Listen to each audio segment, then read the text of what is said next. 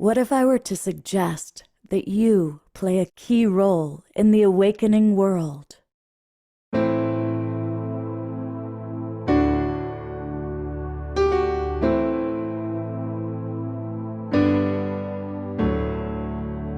that you are watching this because you have heard the call.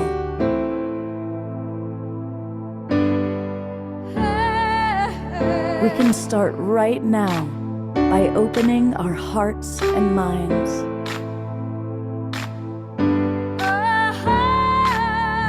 Welcome to the awakening world.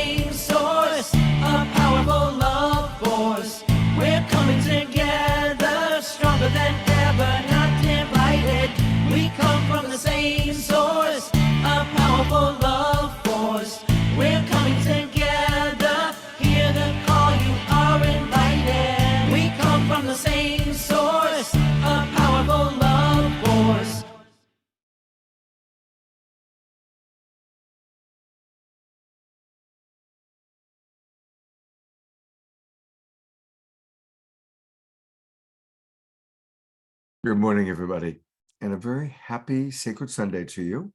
Happy Orthodox Easter, and blessings to all of you watching.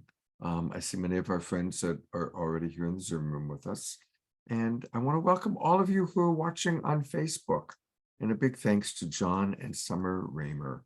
They get us out to as many as 175 Facebook groups and pages, which is really amazing. So welcome.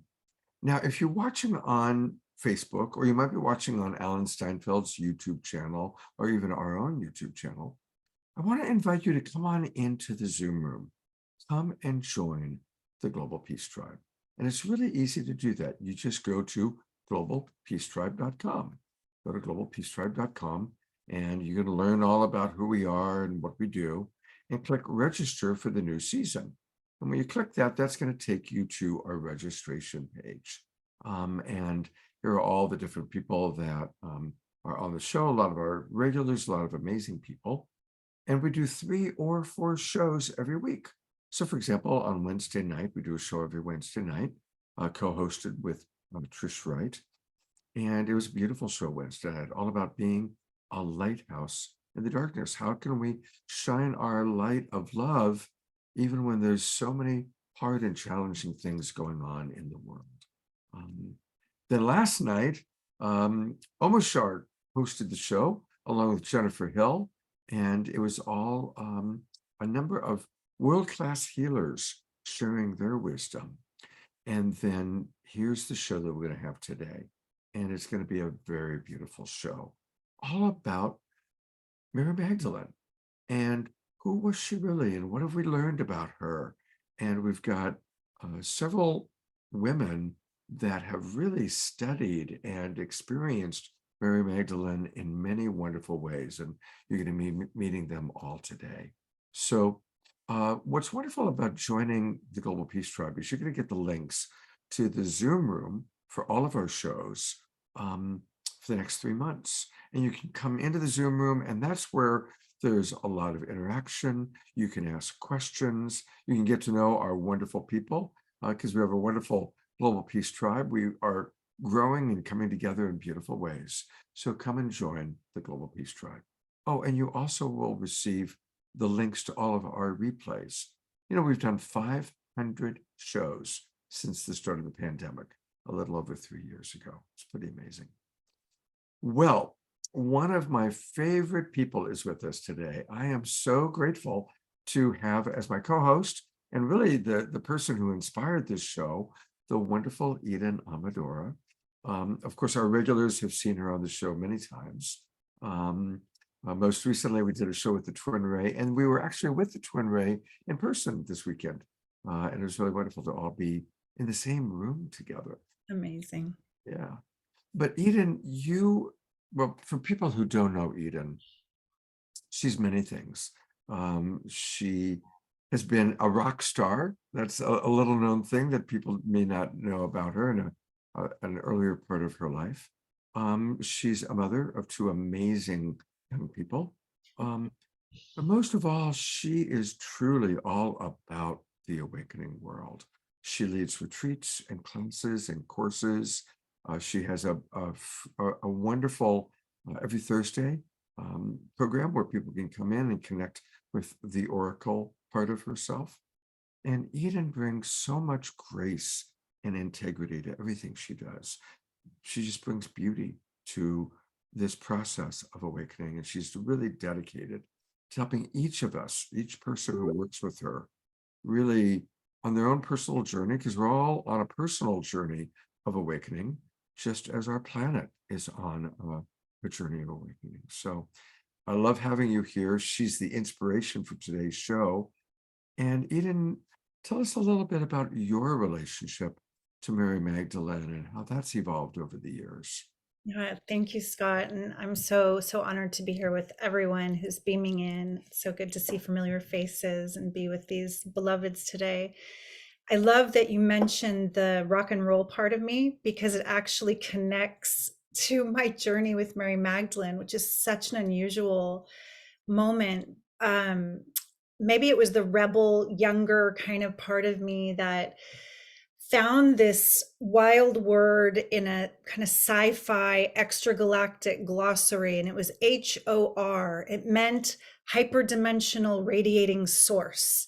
And I thought, wow, that is a great name for a rock band. And I was demoing up all these songs. I was living in Europe and I was traveling back to America with my very young daughter. Excuse me, I'm still clearing my morning voice here.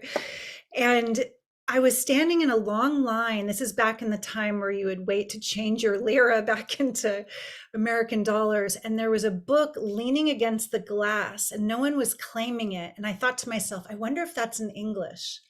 And this is more than 20 years ago. As I got closer and closer to the counter, I saw the title of the book. It was in English and it said Mary. And I was really captivated. I wasn't raised religiously. I have to say I was raised spiritually. My mother studied comparative religion. My father, his religion was gardening, music, and deep inquiry, kind of more of a Taoist flow guy. And I looked at this book and I thought, it's in English. It's about Mary. I'm not sure what this will be like, but I read the entire book on that long flight back. And it inspired me to write a rock song called Mary that was really questioning which Mary. And I bring this up because she is such a controversial and enigmatic figure in history. And there are so many Marys mentioned in the Bible. And this particular book was a channeled book pre-Tom Kenyon's Magdalene manuscripts popularity. I had never even heard of that at this point. And this particular book was talking about the deep and intimate relationship between her and her beloved Yeshua, Emmanuel. And this particular author went into such detail about the spiritual transmission that he directly gave her, and then how she lived out the rest of her life in this ministry of love and the path of the heart. And it touched me so deeply. It planted a seed way back before my own spiritual awakening, really, which looked like a dark night of the soul from all appearances, and then kind of catapulted me out of the glamour world, out of the world of international modeling and the music industry, into a life of service and deeper connection to the heart. And I just wanted to share that the deeper I opened to this energy of Mary Magdalene, and one of the controversial aspects is her name. And we have several figures in the Bible named Mary. It wasn't until 551 or 91 AD that Pope Gregory the Great assigned this character, Mary Magdalene, this quality of being a sinner or a prostitute that was never really mentioned regarding her in the Bible. It was a combination of three Marys that he kind of grouped together. One was the sister of Lazarus, and this is in the Gospel of Luke. And the other was Mary of Egypt, who was said to be a prostitute, though we must remember that there was a very different relationship between temple initiations in Egypt back in that time and the healing that could come through sacred sexuality. And then lastly, there was Mary of Magdala. So the name Magdalene is derived from a place. It is really that place that she came from. And in my gnosis, in my heart, my sense of the true apostle of apostle, beloved, most intimate disciple is the Mary of Magdala, who witnessed the crucifixion and the resurrection, and who is known as a myrrhophore, a woman who carries the sacred oil of myrrh amongst other healing oils. And she was also accompanied by his mother, another Mary. Of course, we know Mother Mary, the most beloved and probably the most popular divine feminine figure in Judeo-Christianity in the world, in this Western world. Mary Magdalene is now rising to take her place as a saint. The Catholic Church is recognizing her finally as a saint. And this idea of her being a denigrated whore, even though my album was still pretty edgy with that name, it is appearing to be such a fallacy. She was known to be a very educated, wealthy, and deeply trained initiate of a path that goes back to ancient Egypt.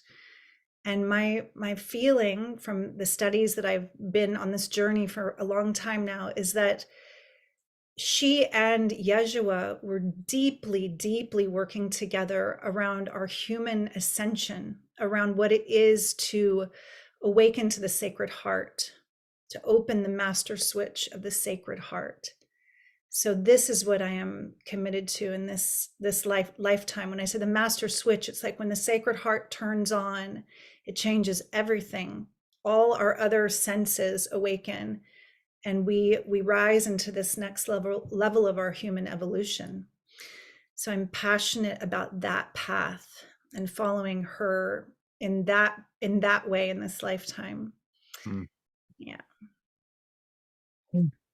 Right off the bat, like, it's just so beautiful. Thank you. You know, we've got people in our Zoom room from Finland, from Ecuador, New York City, British Columbia. So it's always beautiful to see our global reach. And I just want to briefly introduce who else we're going to be hearing from today.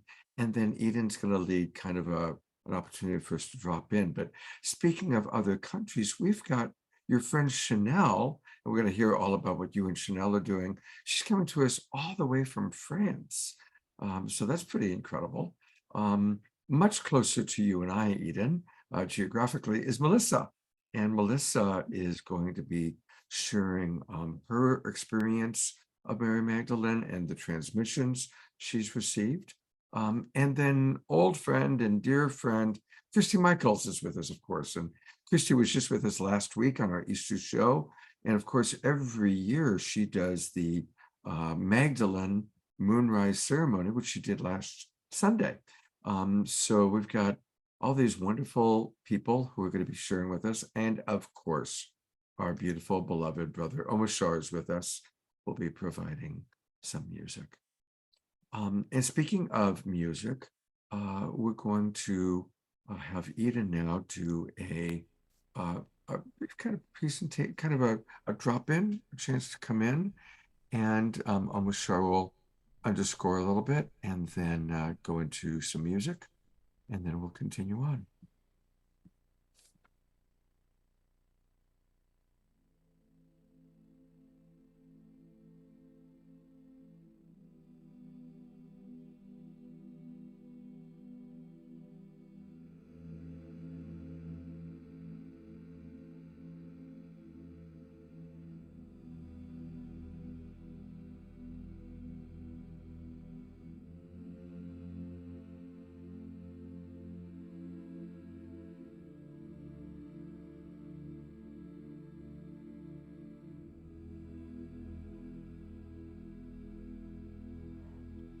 Not hearing you, Omashar.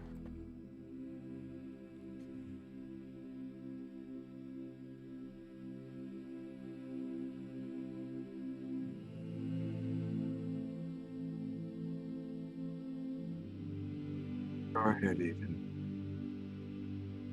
Beloveds, during Omashar's beautiful music, I'm hoping through Omashar, you could turn it up a little bit more just for the audience to hear, finding a little more background music.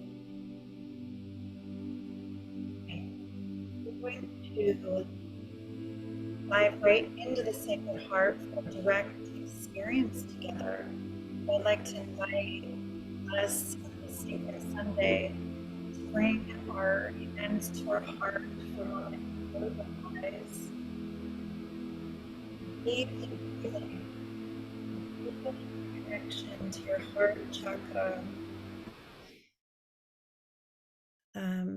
Omashar, your sound is I actually had to mute him because unfortunately it was getting in the way of our ability to hear you clearly. okay. All Yeah, right. so we're gonna have to just have silence underneath. Yeah, let's just take two. Okay. So we're going to take two. We're going to start again, beloveds. Taking a deep breath, actually bringing your hands of light together in this simple mudra of namaste, and just bowing in front of your heart chakra for a moment. Breathing into the center of your heart, and then diving deeper inside, deeper towards the back. You can bow your chin a little bit, and with your single pointed focus and deep breath, imagine opening the back heart, the deepest chambers of the inner heart sanctuary. And then bringing the palm of one of your hands flat on your chest and the other over it for a moment, and just diving into a feeling of gratitude, a feeling of connection in this moment, this beautiful community, to these sacred teachings, to this gorgeous spring day in the Northern Hemisphere. And for those in the Southern Hemisphere, just feeling the beauty that surrounds. And feeling your body as the holy temple, as the place where it's all happening. To come deeper in is to come into the cosmic heart. It's the paradox where inward becomes this ascension. And so we breathe into the center and the depth of our heart with our gratitude, our breath of life, in spiritu. In ancient Aramaic, this word means both breath and spirit. And just feeling as you focus your love, your gratitude, and your breath in that sacred heart, that there is a spark there. There is a place there that is like a portal, like a dimensional doorway. And through that doorway, the divine light opens up from the inside of you and from all around. There's no separation from the divine one. This connection is not up and outside of us. This is right here, closer than close, nearer than near. When Yeshua said, heaven is near, nearer than near. Just breathing into that feeling. Thank you. I love you. Not separate from this light. Breathing into that vastness within. One more shared breath here, and then lifting the chin and opening the hands of light like a cup or a lotus flower. This is called the Padma Mudra. And just feeling that as your heart, your devotion, and your receptivity to this light opens, it is like a toroidal field that pours up and out of this cup, that emanates raises your vibration. Deep breath here. And just feeling like in the tarot, the cups are all actually straight up and down, the alignment of your holy temple, your chalice of your being. It need not empty itself to empty by pouring all the way out. It stays vertical, it stays here to be filled with divine light, so that as you offer your heart, you are refilled. There is no lack and there is no separation. And then bringing this chalice up to the third eye, that when our eye becomes completely illuminated, we see through the illusion of separation, and there is only love. And pressing our palms together in Namaste, bringing it back to the heart, taking one last really deep breath into that sacred heart, and then slowly, slowly opening our eyes together. And I bow to you in love. Thank you. Thank you.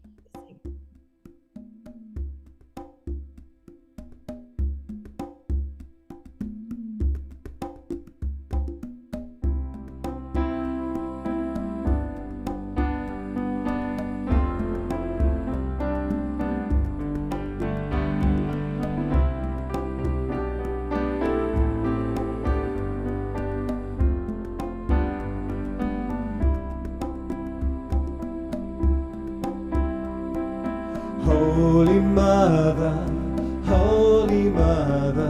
my heart longs to be free.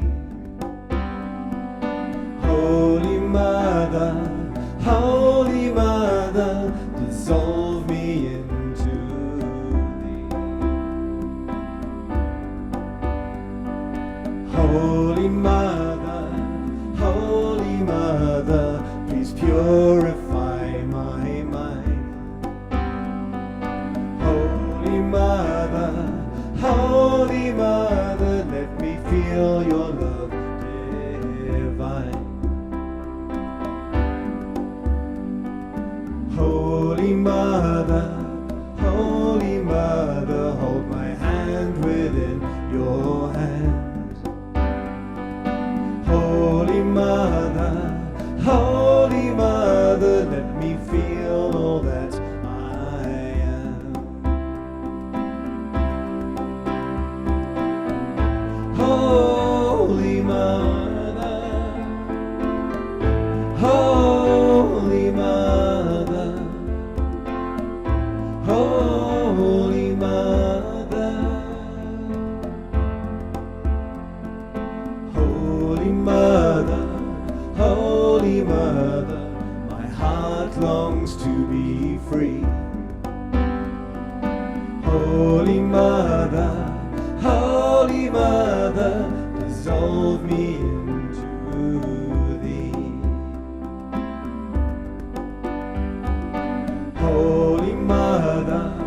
Holy Mother, please purify my mind. Holy Mother, let me feel your love divine. Holy Mother, Holy Mother, Holy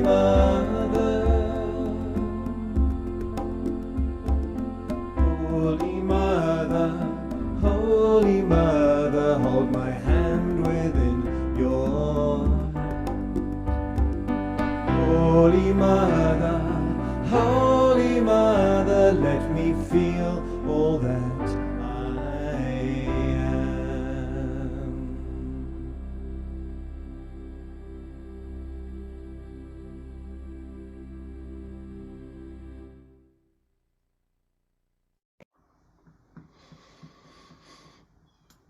Thank you, Eden. That was certainly a most appropriate, beautiful song, and Thank you, Eden, for that beautiful meditation to drop us in. Thank you. And we have some really wonderful other people with us today. Christy Michaels is back 2 weeks in a row. And Christy has a long and wonderful history with Mary Magdalene. So Christy, tell us about your experiences. Oh, thank you, Scott. Yes, and thank you, Eden, for such a beautiful opening, and our sacred masculine. Oh my God, we have the best men on this program that keep joining time and time again. I see you out there, and I'm just so grateful for the men who show up and honor. And my story, of course, today has to do with the Cathars. And I want to give you a little historic background to understand why Magdalene is coming alive so much today. And so I'm going to share my screen here for a second. The Cathars were the ones who were really beholden to Magdalene's teachings. And it's now very well documented that Mary Magdalene came to the south of France, that she traveled and basically taught Jesus's true ministry, which is called the way of love. And it's all about love. And so this is the symbol of the Cathars. And this symbol comes from the flower of life, which we don't have a lot of time to go into all the details of that, but you can come and join me in some of my classes and you'll learn more about that. But basically the flower of life, and this is Montségur on the left, which is the monastery where the Cathars held up because they were being attacked by the Catholic Church, and it allowed them to survive for a while until they were completely massacred by the Inquisition. So what ended up happening was this particular symbol is actually the maypole. Now, when you look from heaven down on top of the maypole, you'll see it as a dot. And the maypole is a symbol of heaven on earth, right? Because what does it say? It says we are supposed to experience heaven on earth, not heaven in the heavens. We're supposed to be having an experience of heaven on earth right here and right now. And so the Cathars would practice that symbol of doing it. And they honored women as priestesses. But not only that, women were equal. And so this is a statue of the Cathars in their traditional dress, and they were called the Perfecti because they devoted their lives. And women didn't really come into their priestesshood until after they had completed raising their children, because there's so much wisdom that's gained. So rather than the Catholic Church, what did they do? They sequester the women and take them in as virgins. And so these women that come in as nuns have no experience dealing with the world. A woman who's a priestess of a Catholic devotion is very experienced in the world, as she's raised kids, she's had a husband, she's lived in a community, and then she becomes the priestess. So this is a beautiful painting in the catacombs of one of the women being honored as a priestess. And then this is when I arrived at the Montségur, inside the monastery, what's left and survived of it. The divine feminine was almost completely destroyed, but 4 people escaped, and that's a phenomenal story. This church was this monastery of the Cathars was destroyed by the Catholic Church in March 16th, 1244, and they have had a prophecy that there will be a return of the Cathars, and the legend is that we are all Cathars of a past life. And we are now finding each other. If you're on this call, you've been called. There's some way that you're connected to the Cathars. And we're all being called together for the grand awakening. So just to give you an example of what a feat it was to get off the sheer cliff that was at the back of the monastery, and the 4 who escaped it. Now, there's several stories and legends about the 4 who escaped, and I've heard different versions of it, but this is the one version that really spoke to me, is that there were two men, an older man and a young teenage boy, and two fully trained Cathar priestesses. Now, the Cathar priestesses being fully trained was a smart move on the Cathars' part, because they knew the Catholic Church, if they captured these kids escaping, their point of view about young girls is young girls are rubbish. They're throwaways. So what would they know? They know nothing. They're women. They're lower than life, right? So they would leave them alone. But these little girls were fully trained with the knowledge, so that the knowledge would be preserved of what the Cathars believe, which is that men and women are equal as spirit. And Mary Magdalene was the leader. She was the apostle to the apostles, and they held that belief. And the Catholic Church did not want that. That's why they labeled her a prostitute. And so, anyway, in my further deep dive research through Kathleen McGowan's website, she used to have a resource link, and I clicked on that link, and there's lots and lots of different resources. And I kept going through it, and I came to this link that said the Magdalene House, and it listed the names of all the descendants of the four Cathars. And there was my family name. Craig was my maiden name. And my half brother, who is kind of polar opposite to me, Brown. And so I was really like, wow, this is amazing that there's and it kind of spoke to me and told me why I was so driven when I started hearing about the stories of Mary Magdalene. So here we are, we're at the bottom of the mountain, and it's a mountain you have to climb up, and we go up and up, and as we got up there, it just get foggier and foggier and foggier. Now I'm traveling with Shannon Anderson, who's in black under the umbrella, who wrote the book The Magdalene Awakening, which was really an incredible book, and it's one to read if you're going to go to the south of France. So as I'm coming up to the top of the mountain, and it's getting foggier and foggier, we were bound to determine that what we were going to do was we were going to set up a little altar and say a blessing in honor of the 222 Cathars that were massacred. So we created this little altar, and then an interesting thing happened. Now, I so far have not met anyone who's gone to France, and this is why I implore you, if you feel compelled to go to France, to go. And I know Eden Amadora is going to be taking a group to France, and you must go and join, because walking the land is so incredible. It enlivens you with a richness and a depth, a feeling that you just can't have. And everybody I've ever met has had mystical experiences while they've been in France. So we're creating this little altar, and then all of a sudden, this one orb shows up. And I was like really curious, like, wow, one little tiny orb.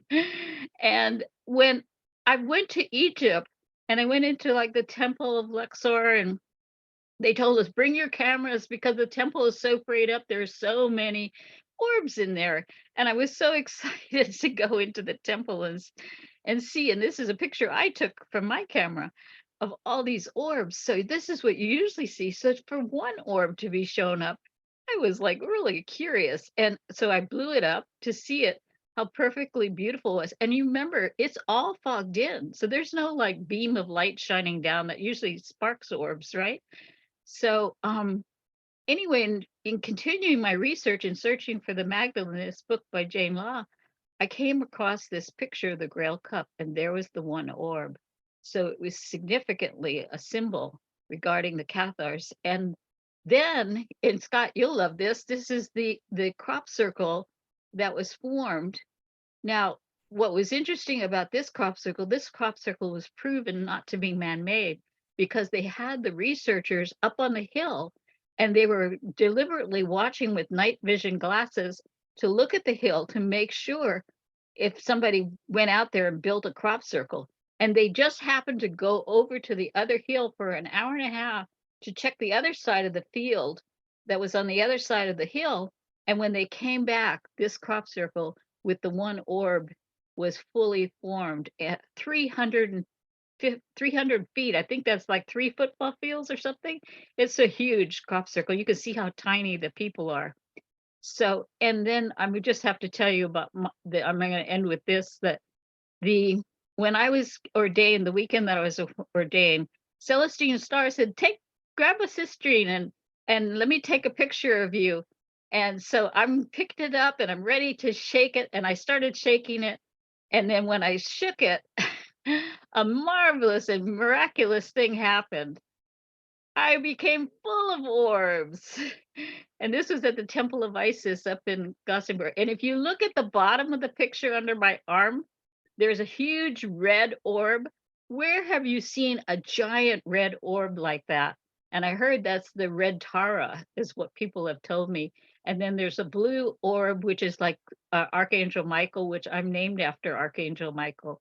And so you can see that. So anyway, it was just such an amazing journey. And this has been what it's been like for me. That, I mean, Scott has seen me. We used to work in a little office and I always had Scott go up front and talk. And now I'm just exploded with what you call it, enthusiasm in spirit, filled with the infusion of spirit, the aliveness and the joy. Oh my God, it's so fun. I'm so glad you all are here to learn about the Magdalene Ventures, because it is totally about joy. Blessed be. Thank you. Oh, thank you. And we'll be hearing more from Christy later on in the show, and learning about the classes. I definitely want to learn more about the classes you're going to be offering. So, but thank you for that beautiful historical context woven into your own personal experience. Yeah, thank That's you. actually a perfect segue, because a big part of the inspiration for the show is that Eden and her beloved friend who's with us, Channele, are going to be creating an opportunity for people to have very amazing experiences. So with that, I'm going to turn over to you, Eden, to introduce Channele, and yeah, we'll go down that direction. Wonderful. So it's my honor to introduce this beautiful, radiant being that, in my personal experience, after being with her first for several years on Zoom, because she has lived in Europe, in Norway and then the south of France, we came together through a course first that I offered called the Sun Heart Initiation, about really meeting that divine beloved within the heart. And Channele resonated so much with the transmissions that she then came deeper onto the path of priestess initiation with me and joined my year-long training, where I got to know her much better. And Channele is a yogini. She has studied with some very, very deeply seasoned masters in yoga, in the inner yogas, the Kriya yogas, the mantras, the mudras, and the asanas. She is a very, very seasoned yogini. And she is also dedicated to the study of purification of the body, and has been working with people for many, many years on retreats in Bali, in the south of France, in Norway, helping people come back to the highest frequency they can by cleansing and purifying the body on a very deep level, cellular level. And Channele's own frequency has allowed her to open her channel to then bring in this beautiful book called The Crystal Children Prophecies. The Crystal Children Prophecies. And Channele has the book here, and we're going to put the link in the chat for you as well. The Crystal Children Prophecies is a transmission, a direct channeled transmission of divine star child wisdom that touches the part of your heart that is so innocent and connected to source, and remembers where it came from and who it truly is. So this gift is coming now through Channele. And Channele recently invited me, after experiencing the initiatory work, the temple work that we did together in person, she invited me to come to this sacred land in France with her this summer. So I'm very excited for her to share more about her experience in this land and the inspiration to do this work together there. So welcome, Channele. So good. Thank you. Thank you so much. I'm so happy to be here. Thank you, Scott, for doing this work. My background is actually, for the past 18 years, I've been part of a lineage called the Santo Daime lineage, which is very much connected to the Christ lineage. And I've had many teachers, especially male teachers also, because I've been studying the Vedic teachings, which is a totally different lineage. And I was so happy when I met Eden, because I was finally finding a female teacher, which was very special for me to study with a woman. And so my journey, about 2.5 years ago, I was in a deep ceremony with the plant medicines of the Amazon, which I work with. And she told me, you have to go to France and you have to sit in old churches next to all the women. And I have learned to listen to the guidance of my guiding star. And so I told my man, we have to move. And he was like, why? And I was like, I just got the message, I have to go to France. And after that, we moved pretty shortly after that to France. And I've been here in South France for about 2.5 years now. I'm in the middle of all of these different sacred sites. It's very hard to leave, because there's something very, very unique and special in these lands. And I think so many of us are feeling the calling. I meet so many people who are hearing the call and feeling a deep connection to the Magdalene and to the Christ lineage. And it's really an awakening happening right now.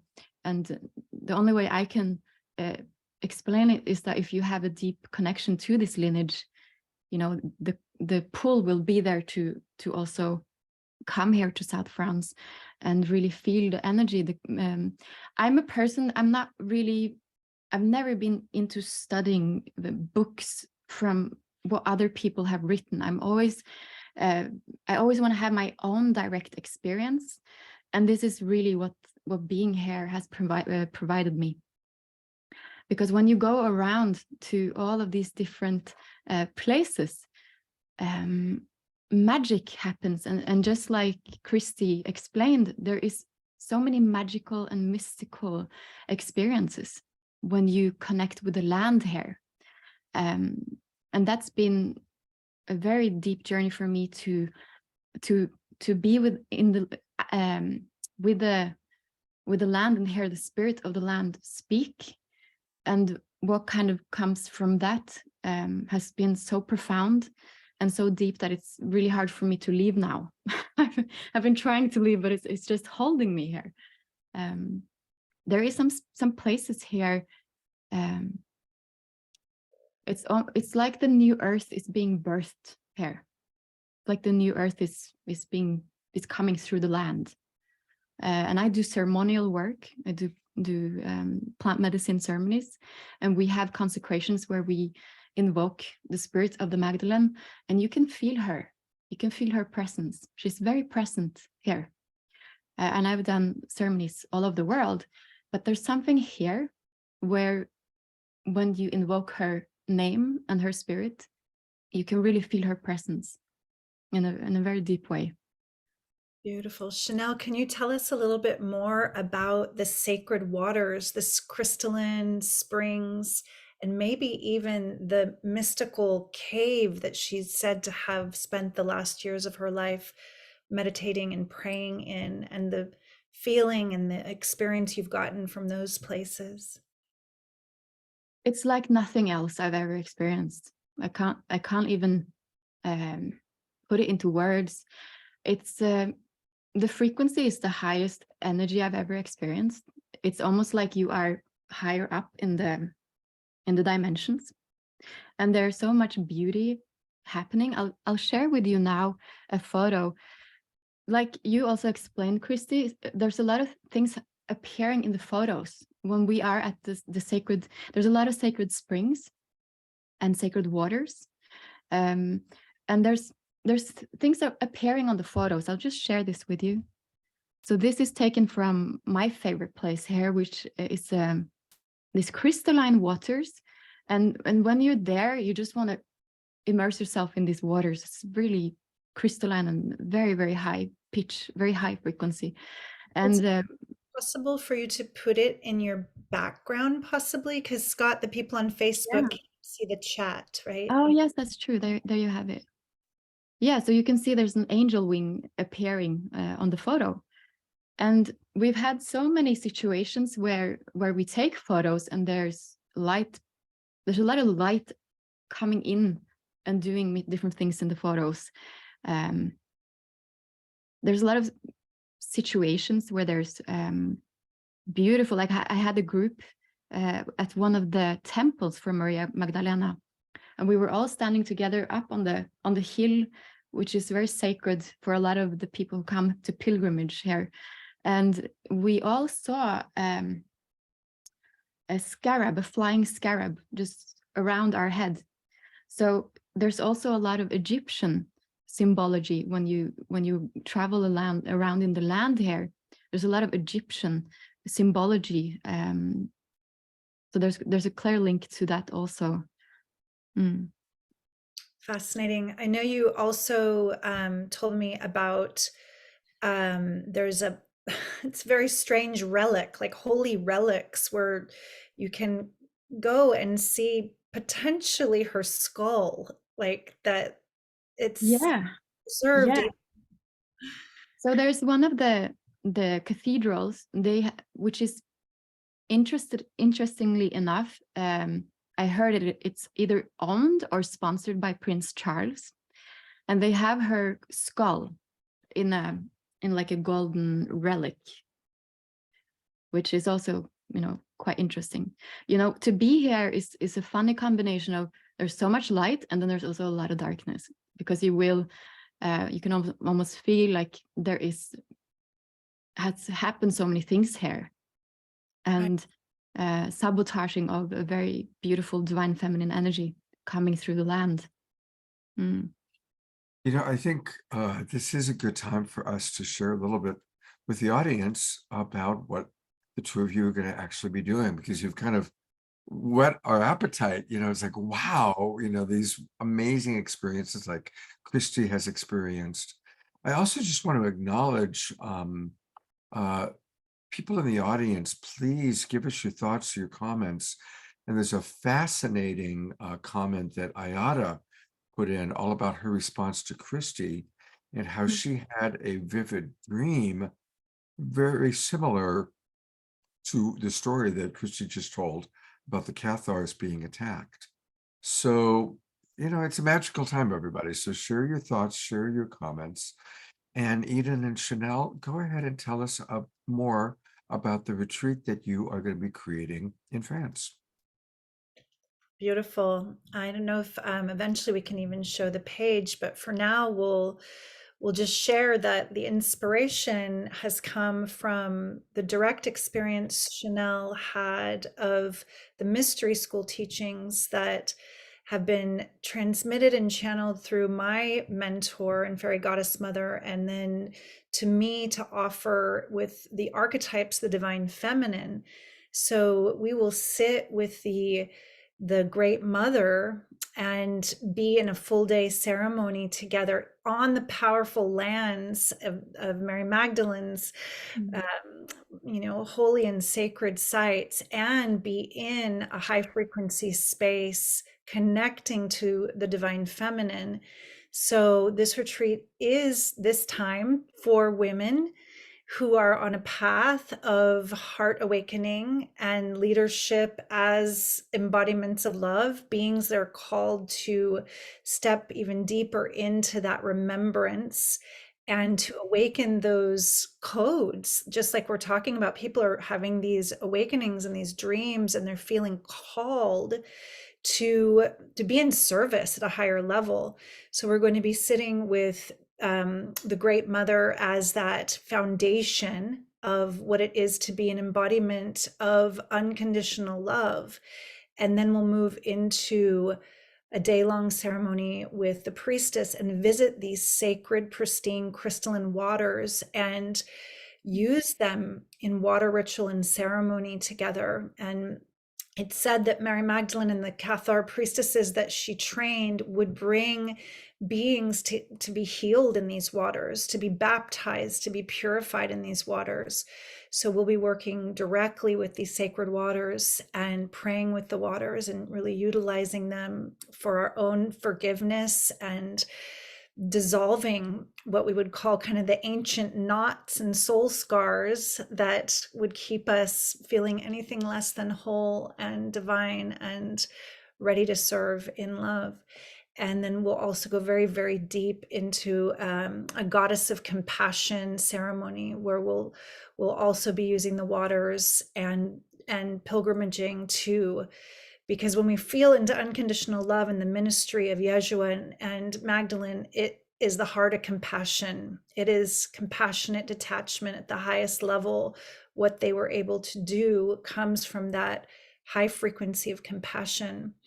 So we'll be embodying that on these lands and going through sacred ceremonies and rites to really, again, just release and forgive everything. That is the ultimate forgiveness. Truly, in the Course in Miracles, there's a whole different way of thinking of forgiveness. It changes everything. Seen through the eyes of love, there is only forgiveness. So these are just parts of the ceremonies. Then we are going to be diving deeper into sacred ceremony in this circle of women that will be then taking that onto the land, to walk the land, to connect the land, to feel the spirits of that land. And I would say that if you're resonating, if you've been feeling the call, this is a very unique opportunity, because many pilgrimages to this area are coming from the more kind of historical, intellectual, like let's feel the history of this place or this church or this Cathar temple, and that's very powerful, and you can feel the energies. This is an opportunity to actually do some of the ascension work, some of the deeper embodiment work, some of the heart awakening work that is connected to what they were really doing there. So it's a combination of really visiting the sites and being in the beauty of this powerful path on the land again. Did you say anything else, Channele, about the retreat from your lens of? I think it's one thing is to kind of come here and go around to the sacred sites, but we're going to also go to the places that are less known, that are not so popular in that sense. They're more hidden. And in my experience, these are also some of the very, very special places. The French people won't even share it. They're very private about some of the places here. And we're going to have deep ceremonial work in these sacred places. It's really the kind of thing. It's not, it's a soul journey. It's the kind of thing. It's a pilgrimage. So I think for you who really feel the call to the Christ lineage, and especially the feminine, the Sophia, to study this deeper, this is a really beautiful way of doing those studies.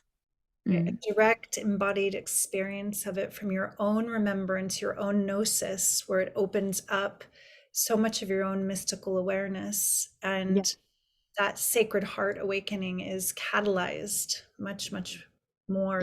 And just to give an example of that, we had a group. I had a retreat here last year with a group of women, and I actually, like I shared earlier, I haven't studied all the different books about the Magdalene. I want to know myself. I want to learn myself.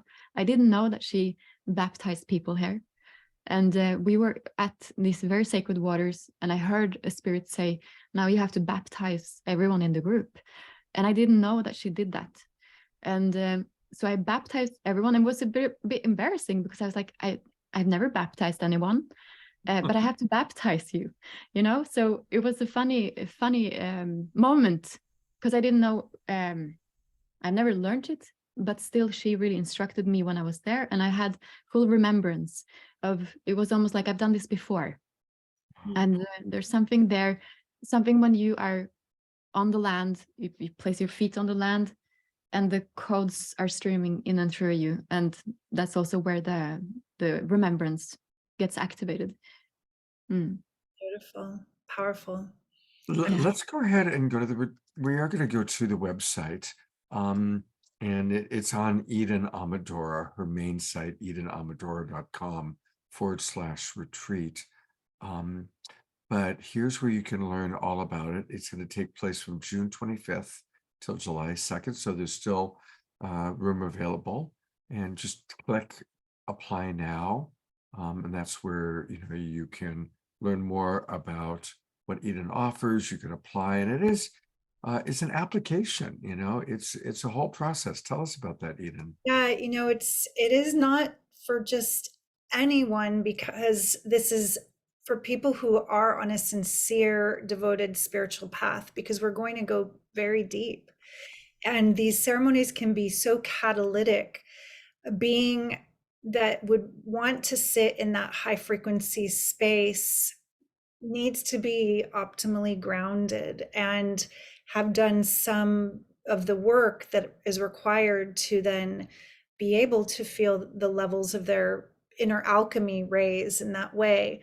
So it's by application and interview that we will chat with you, we will speak with you, we will feel your journey and what brought you to this place where you're ready to do this deep work. Because my heart is committed, I'm devoted to initiating other beings on their path of heart awakening, in the sense of, you know, it brings up a lot. It brings up what needs to be integrated and alchemized to fully embody. That's part of the ascension process.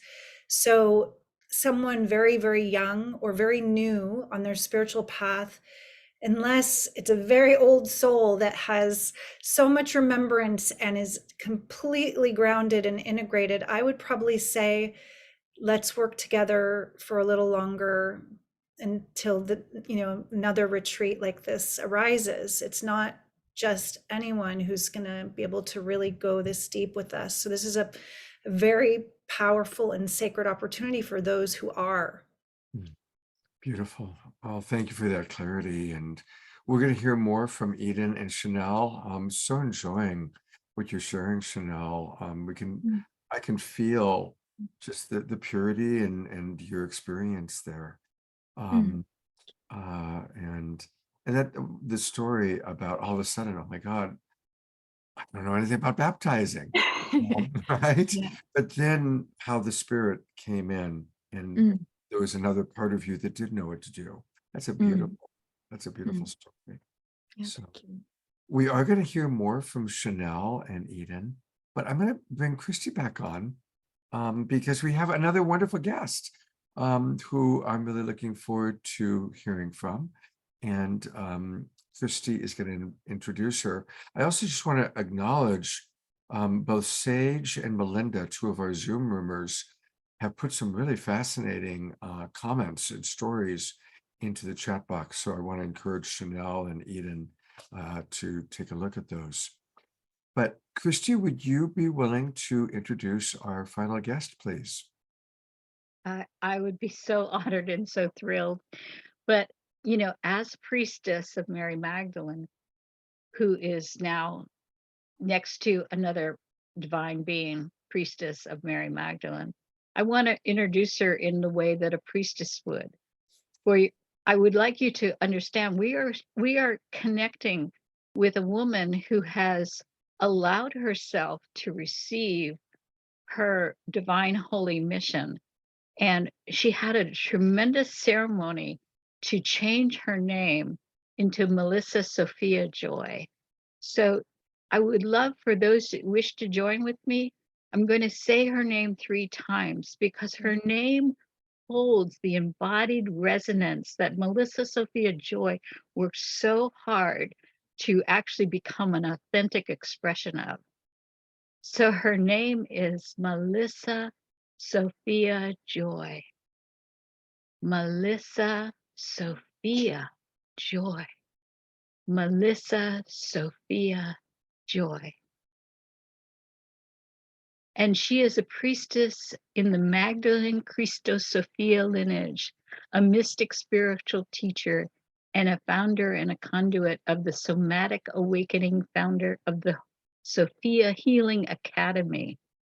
But even more so, her community loves her because they voted her to be the best naturopathic physician in Sonoma County. And she's also a mind, body, spirit specialist.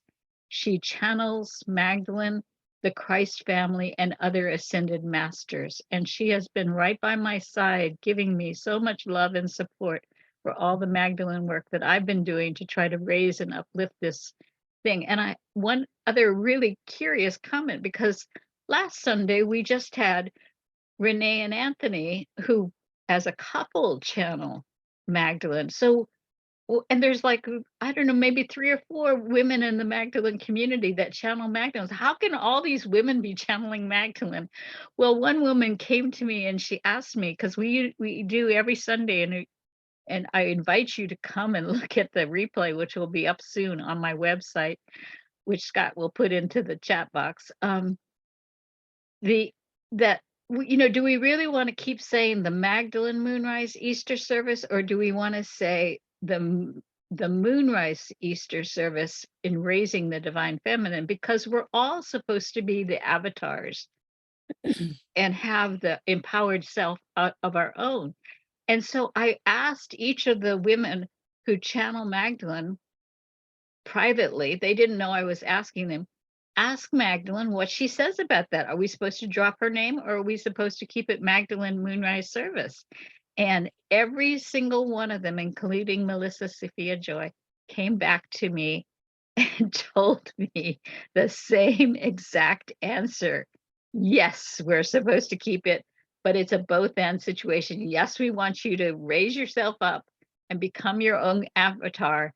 And there are some of us that need the support and modeling and demonstration of an empowered, sovereign woman, Mary Magdalene. So thank you, Melissa. Blessing. I'm so happy you're going to be with us this next period of time. Blessing. Thank you. Thank you. Thank you. Thank you for that beautiful introduction.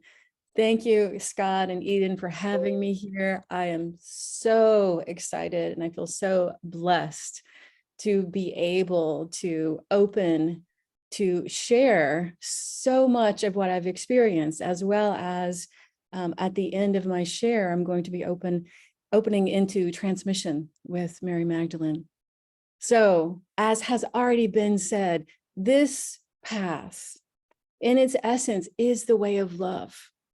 And it is what I have been told, the deepest essence of what Christ was teaching. And as Mary Magdalene, the apostle of the apostles, what she, after his death, started teaching, especially in France, other places as well, but especially in France. And so what I'd like to start with is a little bit about my experience, my gnosis, if that word is new to you. What that means is your own, it's usually defined as your knowing of God, but from a divine feminine perspective, it is the feeling, sensing, experiencing of the divine inside of us. So I'm going to be sharing a little bit about that first. So Mary Magdalene has been so many, many things to me. She is a guide, a teacher, a mentor in spades. She's also a dear friend and companion to me. And my spiritual path has become so intertwined with her because I'm very often connecting with her, asking her questions, and what should I do here? What should I do there? This is how close she has come to me in my own life. And I feel so honored to be able to be a conduit for this wisdom and for this heart path.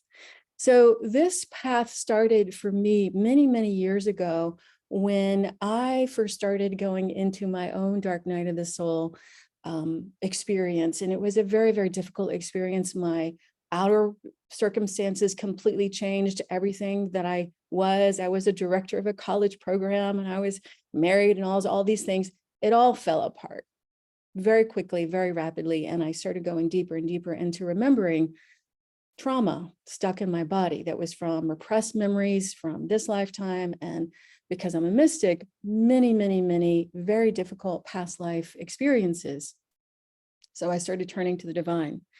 And one of the first visions that happened for me, there's a long story connected to it, but I'll just give you the highlight of it, is that in the middle of the night, Holy Spirit, Sophia, who it's been shown to me, one and the same being, came to me and started moving through me like a wind, like I could actually hear this wind moving through my body, clearing me out.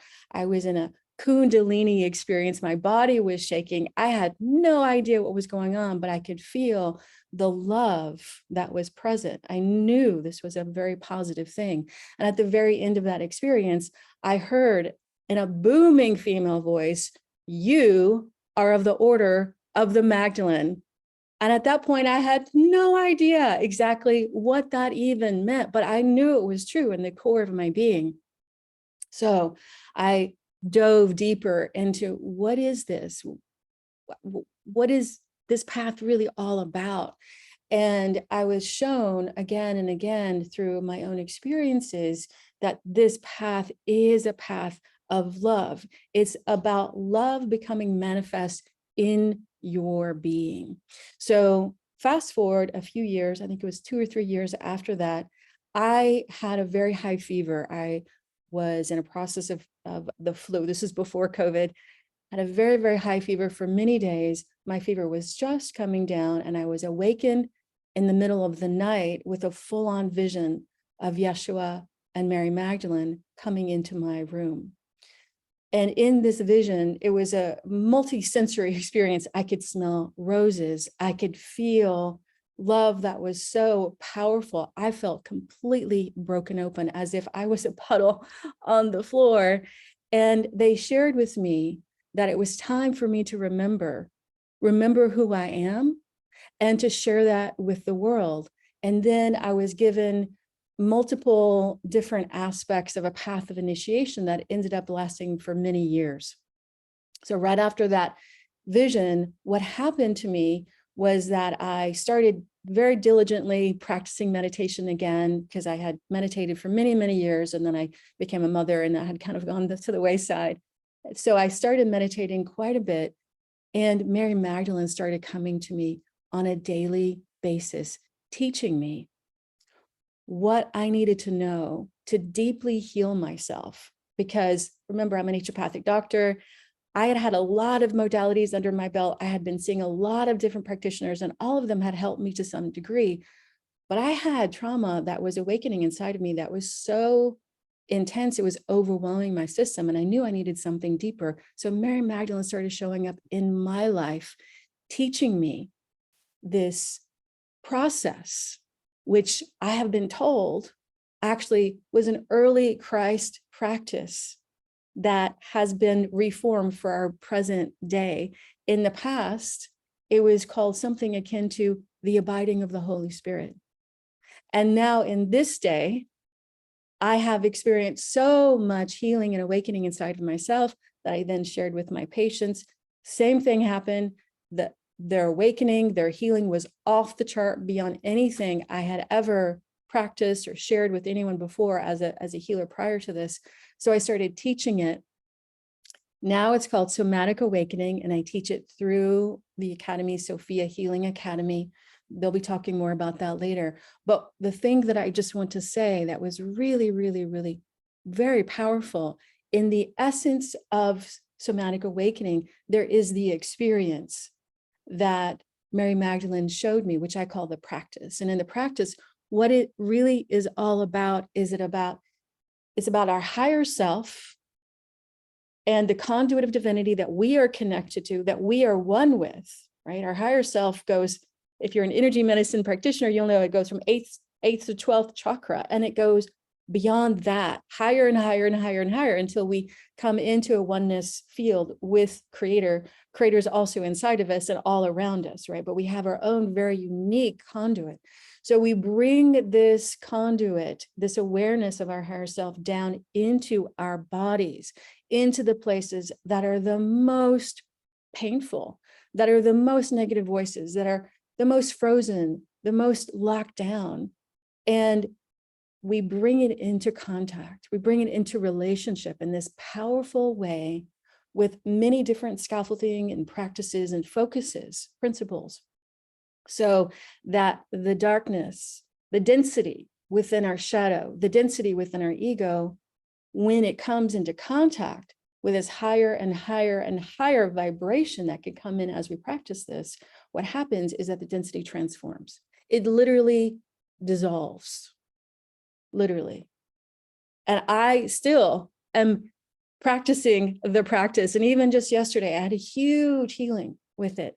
And now I'm teaching it and I'm seeing it in people's lives, how much healing and transformation and transmutation is happening more and more and more and more. And in essence, what's happening is in this coming together of the light and the dark, people are having their own experiences of gnosis, of experiencing, feeling, sensing, embodying the divine inside of our being, of their being. And in this process, the more that we transmute the density of our shadow, the less density we're carrying, the more space we have to actually embody more of our higher self in our being. As that happens, our essence, our inner nature, the true nature of our being, which is at one with the divine, comes into a powerful reclamation of who we truly are, that we are one with the divine, that we are co-creators with the divine, and that we come into a more full understanding of the sacred word, the anthropos, which is a Greek mystical Christian term. It has many different variations of definitions, but in the very essence of it, it means that we are fully human and we are also fully divine, fully human and fully divine. This is the essence of what Christ was teaching when he said the kingdom of heaven is inside, right? And this is the essence of what Mary Magdalene continued to teach those in France and other places, and is teaching us today, teaching us how to connect with her love, her presence, and her wisdom through the Christ consciousness lens, so that we can understand what it means to be the anthropos, to be fully human, to be fully divine, and to connect deeply on that level. So powerful, Melissa. I'm just going to pop in before you actually give us a direct experience of her voice and her wisdom, to let our audience know that when Melissa is opening to this powerful voice of Mary Magdalene, if there's a question or something that you would like to pop in the chat, then either Scott or I can ask her, because she's going to be in a very deep state. So just to let you know that this is an amazing opportunity to really bring your heart and your questions, or something that you've been contemplating for this intelligence to support and serve your journey. And of course, there's limited time, but we will let her know what is happening in the chat, and we might deepen and ask you questions ourselves. I'm excited. And before you dive in, just from something you spoke about, that process of opening to the higher self, I know from metaphysical, mystical teachings that there's something that I've heard of as the descent of the solar angel. I don't know if you've ever heard this. It's when the initiate or the aspirant turns that that devotion, the bhakti, so focusedly on the higher self, that angel, it's like that dove, that higher self comes down into the sacred heart. And when you're speaking, I was completely remembering this from my own studies, this and direct experience, this receptive vessel, this holy temple of the body that we are. So just for our guests to really feel that devotion in their heart as they're receiving from you as the voice of Magdalene, to open to that devotion. Thank you so much, Eden. I so appreciate you speaking to that. I'm going to pop in with a question just to put into the field and see if the Magdalene wants to address it. It's beautiful to notice how several of our participants in the Zoom room are sharing very vulnerably about powerful dream experiences they've had and possible past life memories. And so I'd love to just, if it comes through, if there's anything on a personal level for anybody that's in our Zoom room. And also maybe a question about how we sometimes can connect to the collective. We can connect to a historical experience that was very significant, and certainly to an archetypal being such as the Magdalene. So I just want to kind of bring that's going on in the field here, and see if there's anything she'd like to express around that. Absolutely. Absolutely. Thank you so much. There's so much more I could say. And my sense is that Magdalene will tag team me here, a much higher vibration. So I'm going to go ahead and go into transmission state. One of the things I have found about being in the oracular state is that it really helps if you're hydrated. So if you feel dehydrated at all, I invite you to take some water, to drink some water. It just helps the information come in, because there's the words that come in, and then there's the transmission of the energy that comes in. So I'm going to take a moment just to take a few sips of water, invite you to do the same, and then we'll shift gears.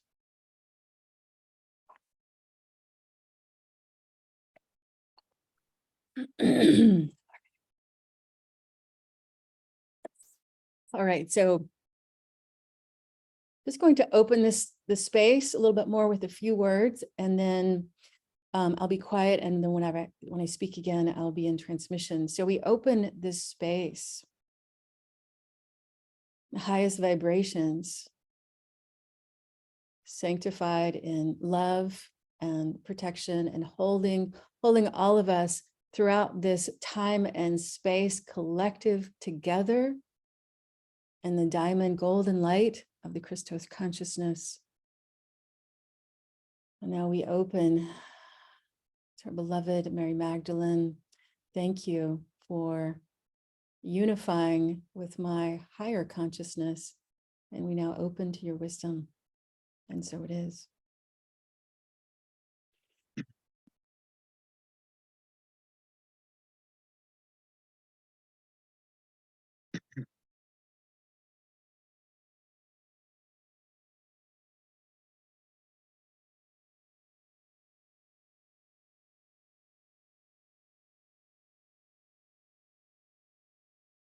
I'm here, beloveds. And I'm so delighted to see so many beautiful, open hearts in this unified reality that we are all a part of. So much has been said today in my honor, and I am very grateful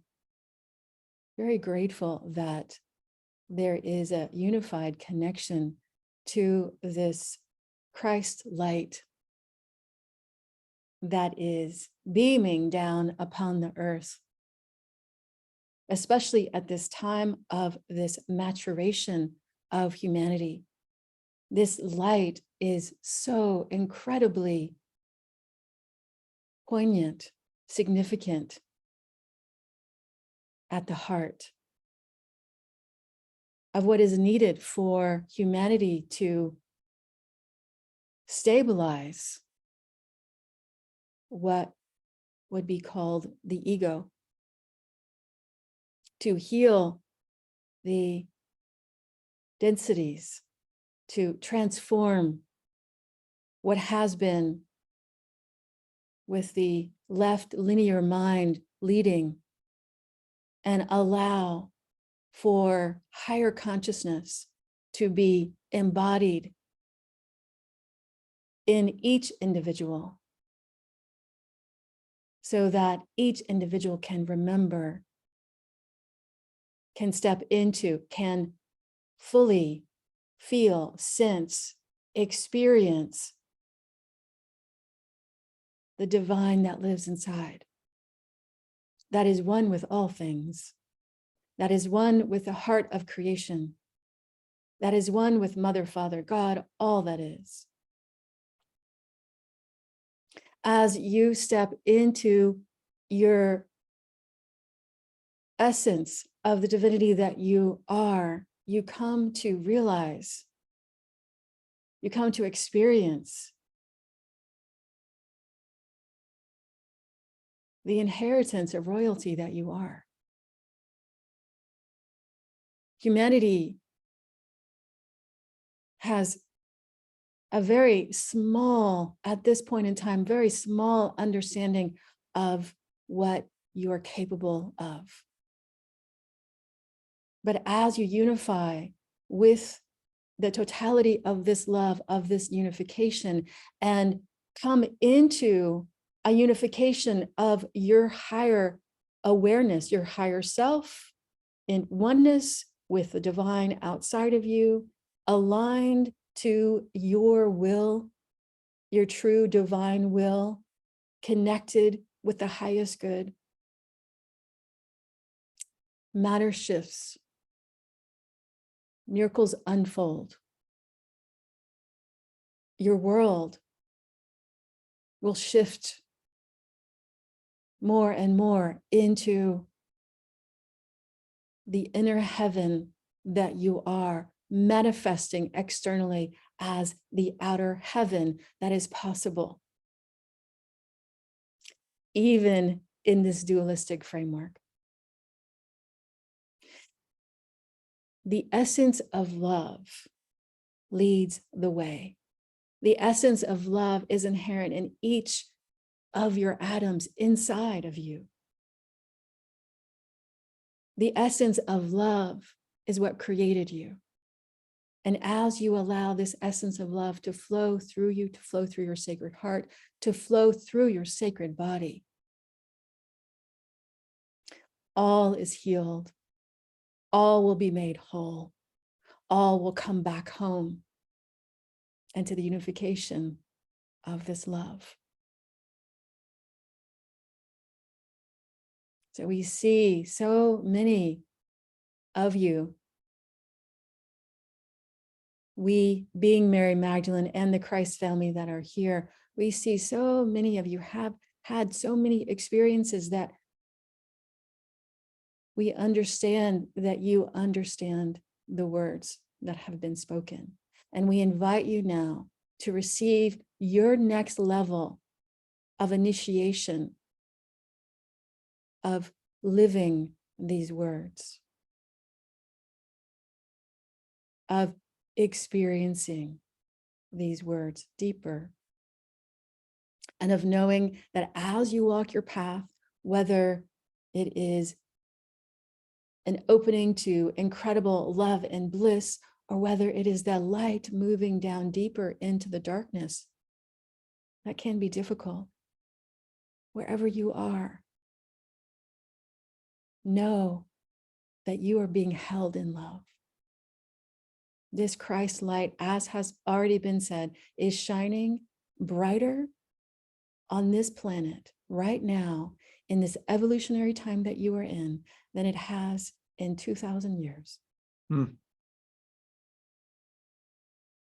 So, beloveds, we invite you to receive this, to trust this, to understand this, to experience this, because the more you experience this, the more it is imprinted upon your living, breathing experience of life, and the more you open to this experience. You're loved beyond what you can ever even imagine. And this love lives inside of you. Love So the it. path is really about coming back again and again and again to what's true. So with this, we open to any questions. Yes, thank you, beloved There, Magdalene. There's a question from Lynn that is a big question. Lynn asks, how do I embody my divinity to bring forth my divine gifts and mission that I've come to earth to fulfill so that I can be of the greatest service to all life and humanity? That is a very good question, Lynn.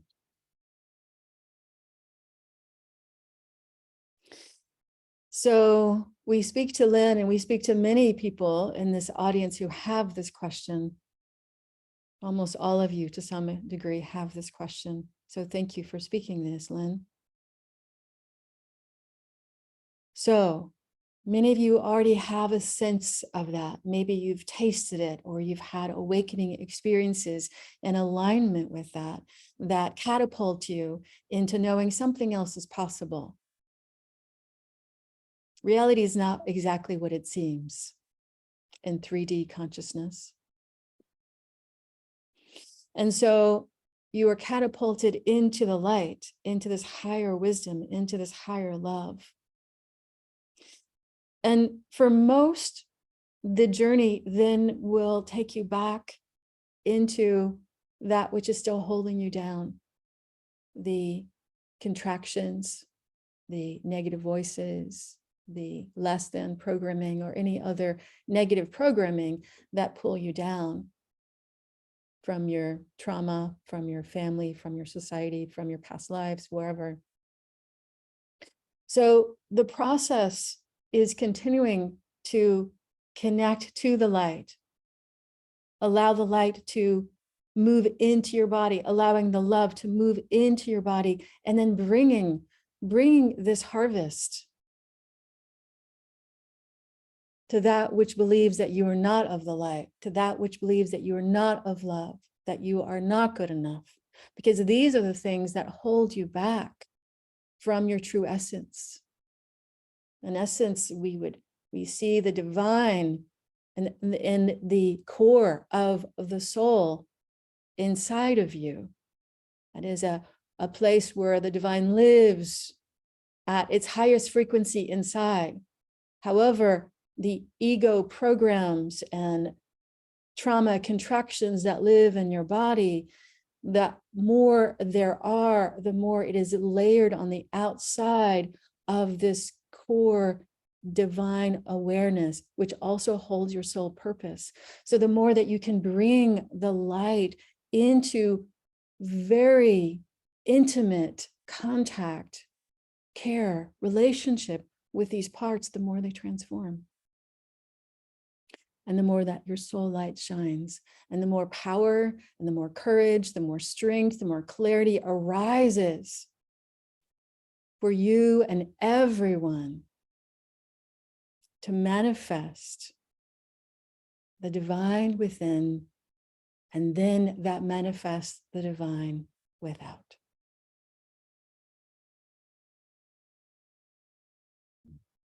thank you so much. It's a beautiful sharing, and it's an honor to have you here. Our friend Dorina, all the way down in Ecuador, asks, how do we deeply evoke, fully embody, and seamlessly integrate all of these aspects of the humanly and divine aspects in our bodies, our hearts, and our souls, as well as daily lives? We encounter so much separation, violence, and fear, and we want to do our best to transmute this into compassion, wisdom, and love. Any tips, tools? Thank you for that question. Very similar, but different than the first. So the answer will be similar, but different.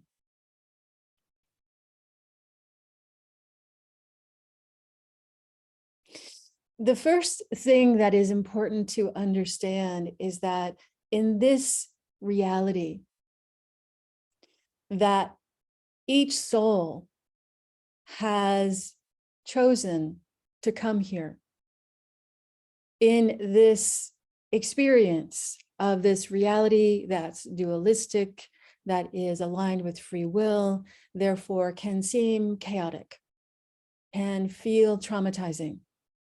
And the experience of this trauma becomes, in many cases, cemented in one's being.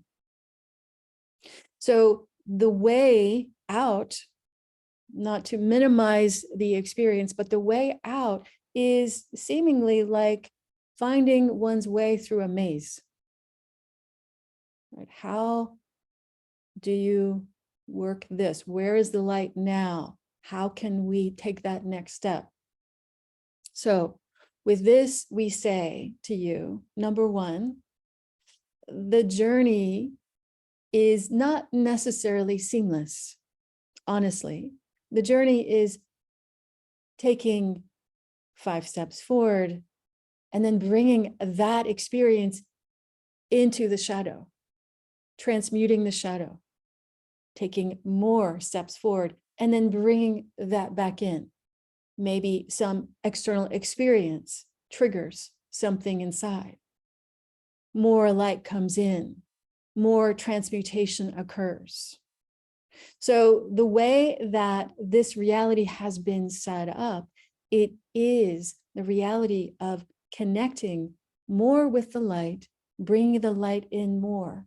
Again, as has been said, as we bring this light in more into the densities inside,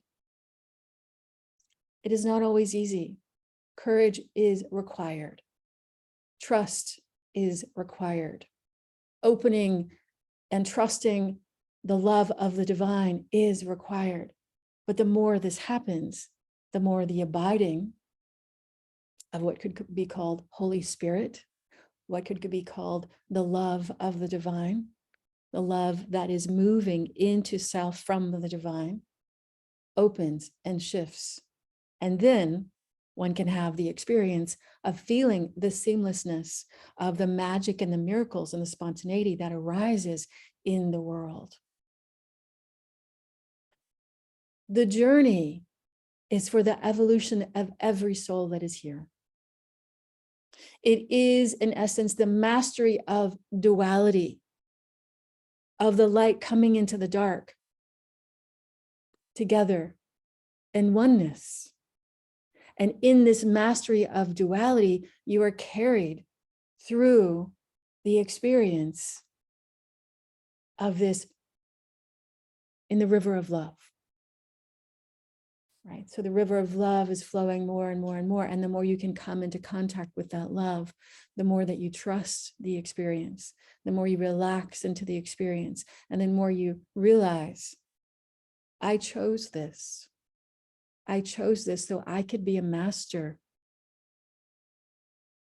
of duality. I could be a master of love. And as one evolves more and more, this unified consciousness merges with everything. And this is when you complete your journey and you fully move into oneness with all that is in the enlightened state, in the ascended state. But there's no need to rush. Everyone will get here in their own right and perfect timing.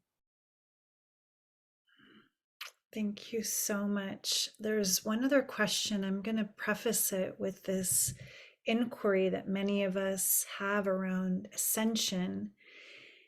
And this piece that you shared earlier about heaven is nearer than near. Some might ask, do I have to come back again into form? Terry is asking, how do I make sure I don't have to come back after this lifetime into my body? How can I make sure that I can ascend into light or into this higher realm? And can you speak to us about this possibility of bringing heaven to earth through raising our own frequency in the body more? so that it doesn't feel like such a burden and so much suffering? This is a very, very good question, and a pinpoint of awareness that wants to be brought forward. So when we see a human from this higher awareness, we see massive amounts of light along with whatever density that being carries. In order for ascension to fully happen, there needs to be a complete dissolving of the energy that keeps one from a unified state of consciousness, or in other words, having the ego rule at all. The ego will still be there, but the ego no longer rules.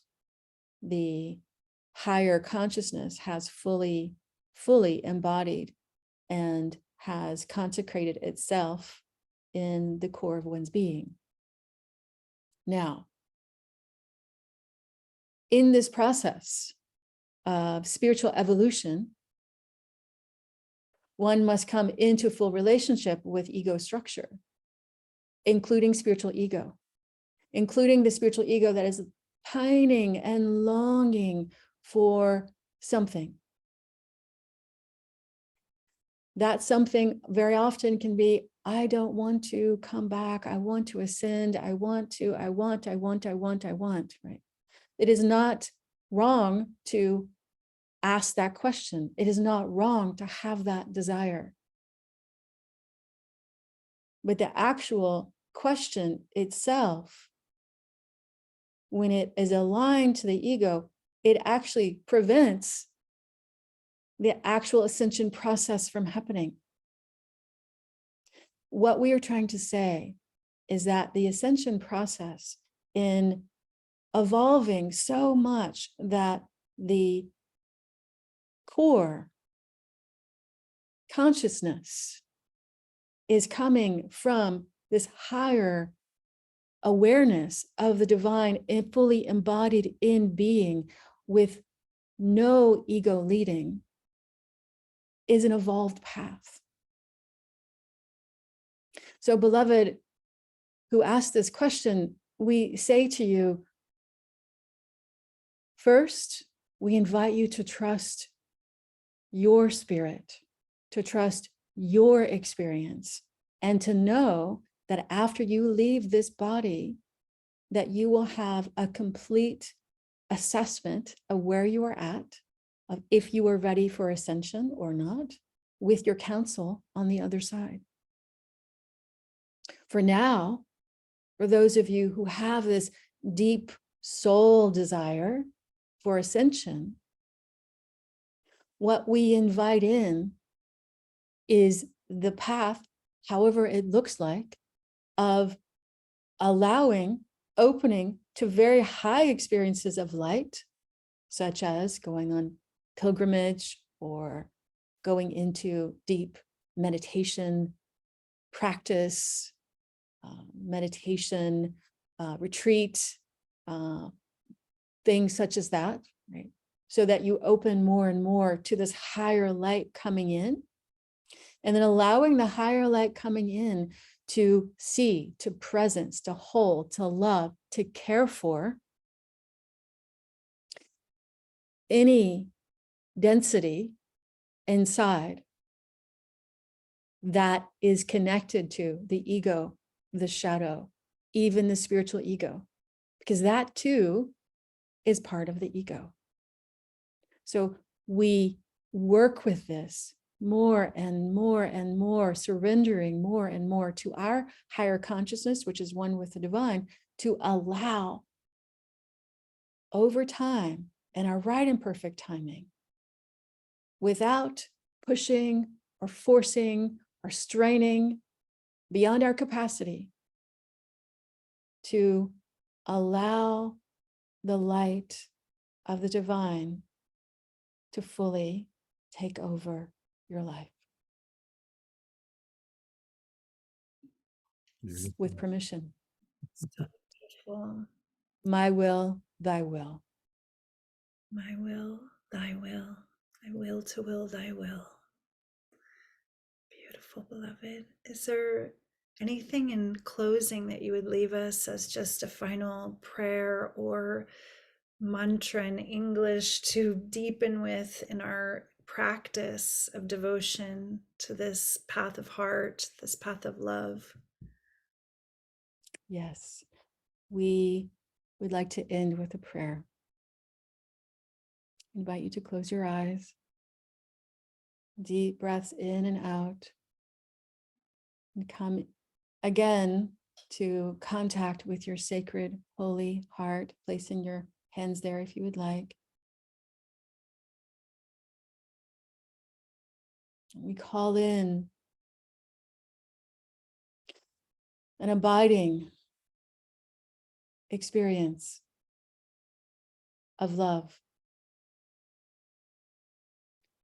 into your experience of life.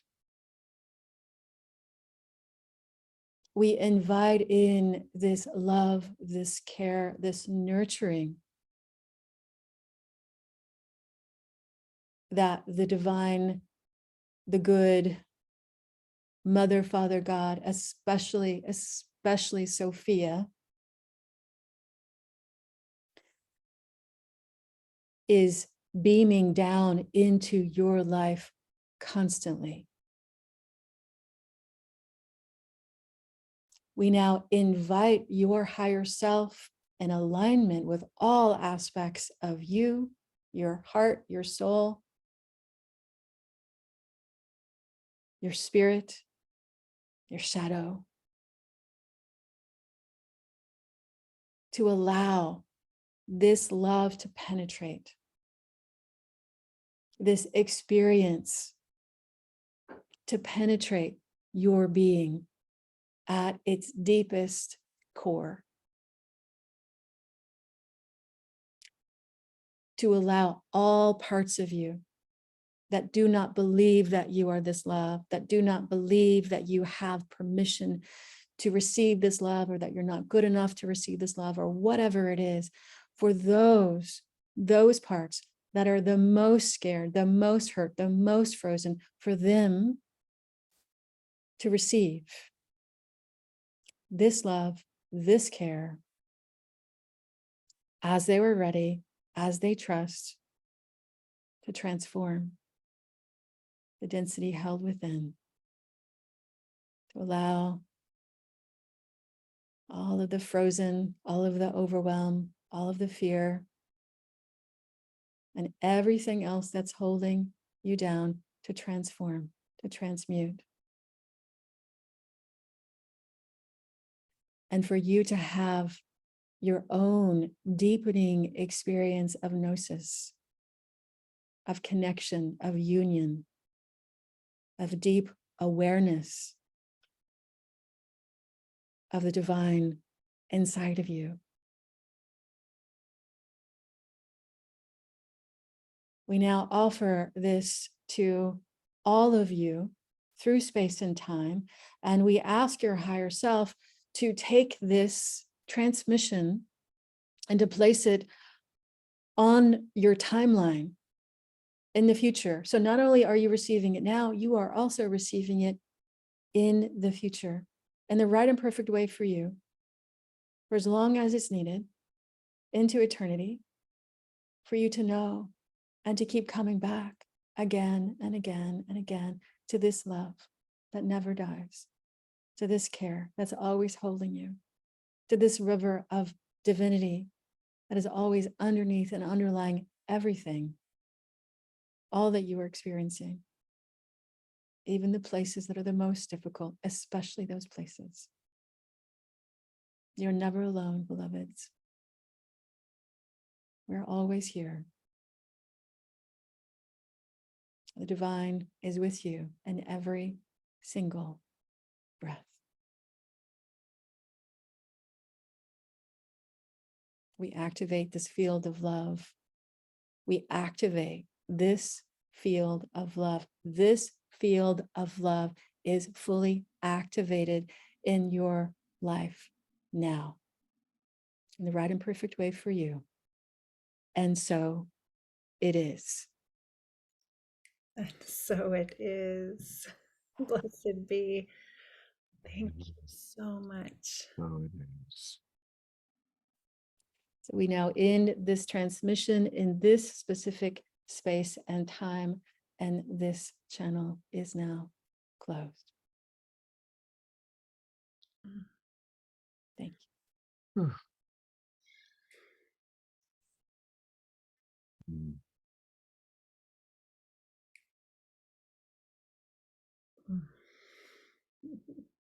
Beautiful.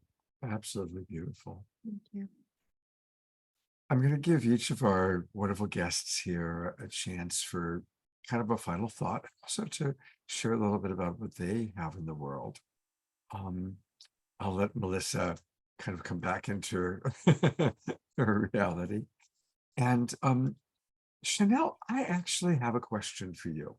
And I hope you don't mind my asking, but so much of today's show has been about the divine feminine, but you had mentioned that you had said to your man, hey, we got to move to France, and that it's hard to leave France. I'm just curious, what's his experience been, kind of, following your guidance, following your inspiration, coming to France and then staying there and being in this space? I'm just curious what that's been like for him. Well, I could ask him because he's here. Yeah, if right. that's okay. I mean, it's very spontaneous, everybody. Did you hear that question? I did. Yeah, come. Yeah. Hello. Hi, What's your name? Tarek. Tarek. Tara, good to see you, brother. Oh. You too, Eden, you too. So what's it been like for you, following your beloved intuition and then coming to a different country and having these experiences? Yeah, it's quite fascinating really, because the only person's intuition that I trust more than my own is hers. Mm. So we were quite settled and feeling home in Norway. But then when Channele felt so strongly about south of France, I was like, well, if you feel that strongly, there must be a reason for it. Let's go. And we did. And to be honest, it feels even more home here. And us being here and the things that have transpired and our friends that have, moved down also to the area, it all makes sense in retrospect. So I can really see how and why this move has been very pivotal and very necessary for us at this particular point. And also when we came here, it was when the pandemic was just kind of getting started up. And so to be here in a very abundant food growing region where food grows most of the year round, there were just a lot of things that made sense, and that made sense in retrospect. Like we didn't necessarily know what was going to happen, but it was a really great move. I hope that answers the question. You know what I love about that is I have one more question too, Scott. Can I ask Tuareg a question? sure, of course. What is your direct experience in your masculine body of the energies of the sacred springs in the land? Have you noticed activations, insights, deepening spiritual awareness as well? Have you been moved by the frequency of that land? Yeah, I feel certainly there's something special going on here. I think because it's this area that's steeped in culture and heritage and the story of the Cathars and so on. This land is very alive and very ignited, but in a subtle way. So it's not something that I've noticed like a switch one day to the next. It's more like over the course of a number of months, I found myself just relaxing much more deeply, being able to be a lot more connected and in tune and focused and centered and grounded. And yeah, it's done wonders really when I think about it. I think that's been my experience anyway. is just like a very experiential calm and a very centeredness and a lot of creativity and Stillness. yeah, Mm. yeah, placid lake eternally. Beautiful. It's a wonderful modeling for all of us to really follow our own intuition, or when we really trust the intuition of a beloved or of a family member. And even though it doesn't, it's like, really? How it just unfolds beautifully when we do follow our guidance in that way. So I'm so glad. I didn't know he was right there in the room. And it As of really about was 5 cool. minutes ago, yeah, just walked through the door and then There heard the was something question. about when she said that, I said, God, I got to follow up on that. So, well, thank you. Good to meet you, Tara. Yeah. I want to remind everybody a couple things. Thank you all. While we still have Channele here. What a beautiful book. And you can buy it now. Again, you'll find it at activatedangel.com. Activatedangel.com. And you can go right here and buy the book, The Crystal Children Prophecies. And it looks just beautiful. So yeah, thank you for that. And then one more time, I want to take people to the retreat page. And again, you can find all these things. We're going to look at a few things that Eden provides. Definitely, I'm going to encourage people to go to Eden's main webpage, and we'll look at that later. But here it is again, the mysteries of the sacred rose. And this retreat is going to take place June 25 to July 2nd. And you can go to this website, learn all about it, and then of course apply. And actually, you'll have a conversation with Eden, and that's a wonderful offering as well. Any last thing, Channele or Eden, you want to add about the retreat?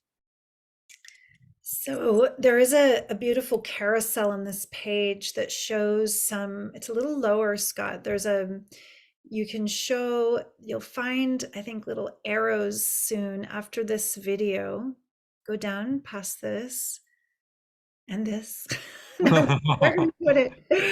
There's a carousel that you can, for those who visit the site, you can really feel the area and the sacred waters and the land, and watch the video, the invitation video as well. Here it's going into our very deep temple days, like I spoke of before. And I studied with a Christian mystic mythologist who studied Mary Magdalene for 40 years. And as we were sitting and talking about all the depth of who she really was, I recognized, wow, we're actually doing this work as priestesses. It's like resonating so strongly because I know this path in my heart as an ordained priestess who's doing this work in this lifetime. So visit the site and feel some of those opportunities. I think that's this is the one beauty of the location and the land we'll be walking, and really feeling those codes like Channele said. So it's a special opportunity to not only be activated by the land itself, the sacred waters, the healing waters, the mystical energies, but to do some of the deep priestess work, the temple work that was happening then, these practices that Melissa Sophia Joy, as she was channeling Magdalene, was pointing to, how to bring our love into the deepest knots inside our being, the density, the soul scars, the shadow patterns, how to raise our frequency in that inner alchemy, to open the sacred heart to walk as an embodiment of love. So we're going to be working directly with those practices on this retreat. Well, I'm seeing that a few people are saying that they're really intrigued, and so I would love some of our Global Peace Tribers to go. So hopefully that'll happen. That'd be really beautiful. I'd be overjoyed to talk to you and Channele too. And it's a beautiful experience to just drop in deeper to the heart on a one-on-one call and to share your story and to feel if this is right for you. So please don't hesitate to apply and reach out. Channele, what a pleasure to meet you and your beloved. So thank you for coming all the way from France into our Zoom room. And I know it's going to be a very special event and honor to meet you. Thank you so It's much. been a pleasure. It's been a great joy for me to be here. Thank you so much, beloved. I'm going to bring Christy and Melissa back on because I want to share a little bit about their offerings. And Melissa, there's been so many comments in the chat box, people appreciating you. I'm going to read just one. Dorina writes, "Thank you deeply, Melissa Sophia Joy." And I loved how Christy did your name 3 times. That was beautiful. Melissa Sophia Joy, for this amazing, most beautiful, meaningful, and loving message, channeling, and transmission from Mary Magdalene. What a blessing, wisdom, and pure love all of this is. And we are heartfully grateful and thankful, from Dorina Joy in Ecuador. And it's true. It was a beautiful, beautiful channeling. Thank you. So I would love for you to share with us a little bit. You're offering a free ebook. I've put that link into the chat box, but tell us about this wonderful gift. So this gift you can find on my primary website. I'll talk in just a moment about that, Sophia Healing Academy. You can see there's a lot of different ways to contact me, there's a lot of different free resources. There's a quiz. There's lots of different things that you can find on this website. Also a lot about my teaching. I offer monthly teachings as a part of what I call the Somatic Awakening Sangha. And there are lots of different things that are going on. There's an introductory course. There's also a 6-month program. And really what it all boils down to is a way to really work with this light moving into the darkness, into the shadow, shifting the density so that then we can fully blossom into who we really are. So this ebook, it actually was written a little while ago. I'm right in the middle of writing a book for publication now, but it gives you the essence of the practice. There's also a written transmission from Mary Magdalene in there. And I invite you to take advantage of this free ebook. While you're there, I invite you just to connect with all the different things in the website. Again, there's a lot of free resources, interviews, meditations, etc. So you can just check it out more. Beautiful. So everybody, that's SophiaHealingAcademy.com. And like I just did, like you watched, you just click, give your name and your email address, and you get the free ebook. Melissa Sophia Joy, what a pleasure to have you on this. Thank you. So much. And Christy, thank you for inviting her and bringing her into our Global Peace Tribe world. She's been a huge supporter of the work that we've done in our Magdalene community, and I'm deeply grateful to her. But Scott, I also have to say I'm deeply grateful to you. You were so intuitively right on, and I don't even think you realized in terms of the order and who said what and when things landed, that afterwards I was reflecting, I was like, wow, was Scott's intuition accurate? Oh my God, you, my dear, are a beloved sacred masculine. And I just see who's like Omashar, your music in the beginning. I wish we had you do 3 more songs. And then we have, George Noble on the call, and Eleanor, your beloved, is with you. I've just been watching these beautiful sacred masculine in partnership or coming on the call, that you guys are amazing. These men are the up and coming men, because we need the sacred masculine to join us in this equalizing, supportive, loving way. I mean, you saw a demonstration with Channele's partner there. Was that not a demonstration of equal love? Yeah. I mean, they energetically, they were just like 2 peas in a pod in heaven. There wasn't any darkness about them. They were just love and light, and so supportive. You see how he honors her. Oh my God, it was just a gift to watch. Just loved your partner, Channele. Thank He's you. definitely going to be on our, and you guys are going to have to be on our enlightened partnership, right, Scott? Yeah, absolutely. That's a Thank you so good much. call. That's a good call, Christy. Mm. Well, speaking, Christy has got a wonderful new offering. So tell us about, you've got actually two offerings, your Gospel of Mary class that starts on Friday. And Well, this is a series that we've been doing, and each series in the 4-part series is basically, many people know the Course in Miracles, but they don't know that the Gospel of Mary Magdalene is mirrored in A Course in Miracles. And of course, the Gospel of Mary Magdalene was written, how many thousands of years ago. And so I put together a way so people really see that the Course in Miracles is the awakening path. And then I'm also teaching the Magdalene Ascension process that's on that's built into the Gospel of Mary Magdalene, that really helps to show us the step-by-steps, the nuances of that. So if you join my newsletter, you'll get informed as offerings come up.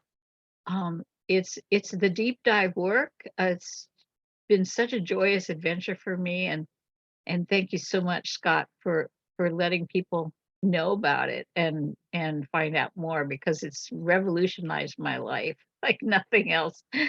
Just so happy and so grateful. Thank you. absolutely. And I've got good news for you. You wanted more Omashar music, and we Yes. are going to have more Omashar music in a moment. But thank you again, Christy. And I'm going to bring my wonderful co-host back on, because I want people to know about some of the other offerings that Eden provides. And a great place to start is her homepage, where you will find all things Eden Amadora. And one thing, if you haven't, I know some of our audience has already done this, but if you haven't yet, take the quiz. She's got this wonderful love archetype quiz. It's really fun to take. It's short. And then you learn more about kind of, what love means to you and what you look for in love. And so it's a beautiful, beautiful thing. And then I know that it's really important for people to know about your Ascension teaching. So I'm going to go to that page. And again, you'll find all of this on edenamadora.com. But tell us about the rainbow light activation. So, it's really fascinating. There's a lot of images of the risen Christ after the resurrection where he is shown with a rainbow around him. And we know from Tibetan masters and other stories of only their nails and hair remaining and rainbows being seen in the sky when they leave their physical form. And this is a very, very high level of practice that, for some of us, it's just the beginning seed of a dream in our heart to first embody so deeply that we can, like, I know Terry was asking, how do I then choose not to come back? And Magdalene said this, when there's only love and a path of service and this great alchemical awakening, it's not even that we don't want to come back. We actually want to be fully here in service and love. So my Ascension course, it's a very, very deep dive in a intro level for 7 weeks. It's going to be working with the soul scars, the knots, the old programming in each of our 7 energy centers and the soul star, and feeling that energy that Magdalene spoke about, that Melissa Sophia Joy spoke about, the descent of the higher self into the sacred heart. So very specific practices that help us touch each of those places with unconditional love, with guided imagery, visualization, meditation, specific mantras, specific embodiment practices that give you tools to continue your path of embodiment. Because for me, the body is the holy temple. And for us to think of Ascension as a disembodied experience is now proving to be such a a fallacy. The deeper we come into the center of the heart and embody this love and transmute the fear and the resistance of the mostly the lower chakras, and especially the root of our collective ancestral traumas and these feelings that are not even our own. Sometimes it's past life memories. I think Magdalene has shared with us, whatever it is, to be able to be guided to touch these places with unconditional love, compassion, forgiveness, to transmute them in the now and alchemize them into the higher octave and the gifts of each of our energy centers. So that's why I'm showing the rainbow light body. And if you visit that page, Scott's put it in the link. It is for those who can't see in the chat here, it's under work with me and the circles and courses that I do live. So this is an opportunity to really, and there, Scott, it says, why activate the rainbow light body? And if you scroll back to that section, it says, because not only do we change our physiology and our literal biochemistry for our own health and radiance by working with these higher frequencies, when you raise your auric field and your whole frequency, your heart awakens, and the magnetism of the heart, it's like that master switch that turns on, and it changes the out picturing of your life. So when Mary Magdalene talks about bringing heaven to earth, or seeing, it's seeing through the eyes of the awakened heart and actually perceiving your relationships differently, perceiving the collective narratives differently, walking in a less reactive, less fearful frequency, in a more present, joyful, grateful, heart forward energy for the rest of your life. So that, I know not everyone can join Channele and I in France, and I was so inspired to offer some of the teachings that we'll be doing live in France in person to the greater community, who no matter where you are in the world, you can still deepen with this work. Mm. That was the intention. And I see that Dia Therese is registered and is joining you. So that's Yes.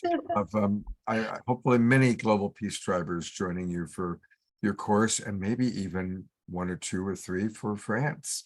That would be a joy to share this work with many. Eden, it's always such a joy to be with you and to co-host with you. And you know, it was interesting because both Eden and I were with the Twin Ray quite a bit this weekend. And really what they're teaching is the same thing that we heard today. It was like thing after thing after item. It's like the same message, just coming from different high level sources. So that, you know, when you feel the resonance, and it's like, this is not one being's kind of download. This is a collective awakening that the heart remembers, and it resonates. And it's a very, very different thing than waiting for a figure to come back and save or rescue us as if we are disempowered, and awakening to that divine Sophia Christos within each of us. Ah, thank you, sir. Speaking of Sophia, there's Sylvia. Thank you, Sylvia. We always love what you create. Those are just so beautiful. Thank you. Thank you. yeah, Channele says, I am a cell in the body of Christ. Yeah. A particularly vibrant cell, I might add. And we all are imaginal cells of the new paradigm of the butterfly emerging. And Terry just wrote, we are all connected. So many beautiful comments today also, Eden. So thank you, everybody. I know that we didn't get to everyone's questions and everyone's comments, but thank you. And we've already gone pretty long. We're going to close with an Omashar song. I do want to just remind people of one thing. This Wednesday night's show is going to be a big one. We have so many amazing guests lined up. We're collaborating with Portal to Ascension, Alan Steinfeld, Neil Gar, and it's going to be like one of our Saturday night shows. It's going to be a powerful show. So join us this Wednesday night, again, as we carry on the same theme of Humanity Awakens. And we're going to hear from a lot of wonderful new voices that have not been on this show before, as well as some of our favorites from before, Larissa Stowe and Michelle Anderson. So please join us this Wednesday night at 6 p.m. It's going to be a really, really special show. And Eden, I love you. I'm so grateful always to be able to collaborate with you. And It's such an honor, Scott. Thank you so much for your love, your devotion, your service to humanity through this great transition, this shift. You've been a bright light for so many. Thank you. we're awakening, it's really happening. It's really, really beautiful. So thank you, Eden. And here's Omashar. Well, gosh, thank you, beloved sisters, for such a high level, deeply grounded, deeply opening, completely transforming experience. I am so blessed to be in the presence of such greatness. And so there we are. Howdy smoke, here we are. Thank you. Words don't cut it. We know that. And when you're in resonance with something, your body just lights up. And so here is a song, one of a series of Sunday songs called "Love Is in My Heart," and some may recognize it.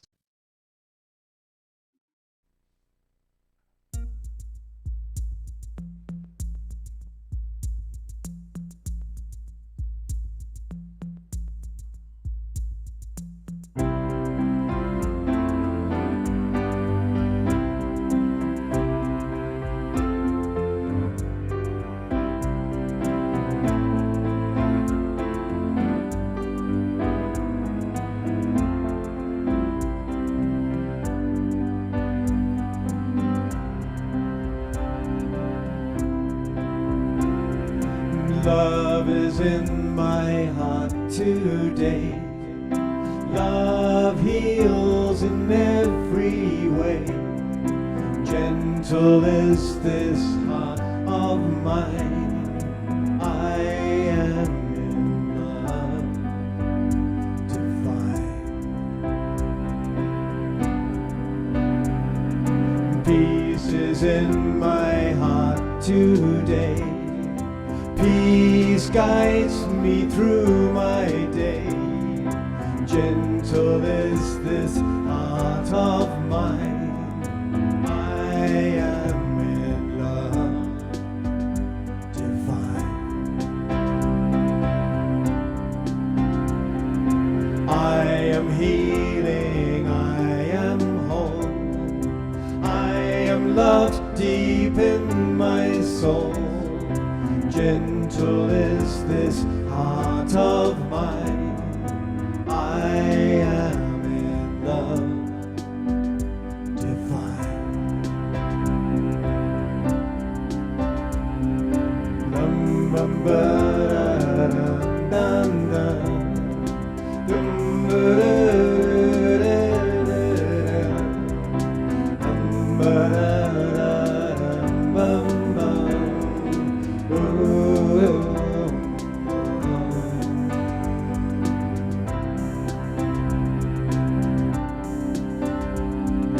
Peace is in my heart today. Peace guides me all the way. Gentle is this heart of mine. I am in love divine. I am healing, I am whole. I am loved deep in my soul. Gentle is this heart of mine. I am in love divine.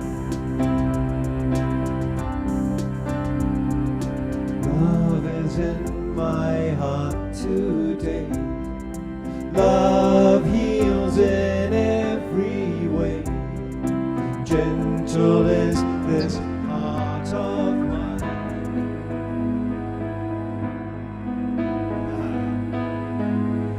I am in love divine.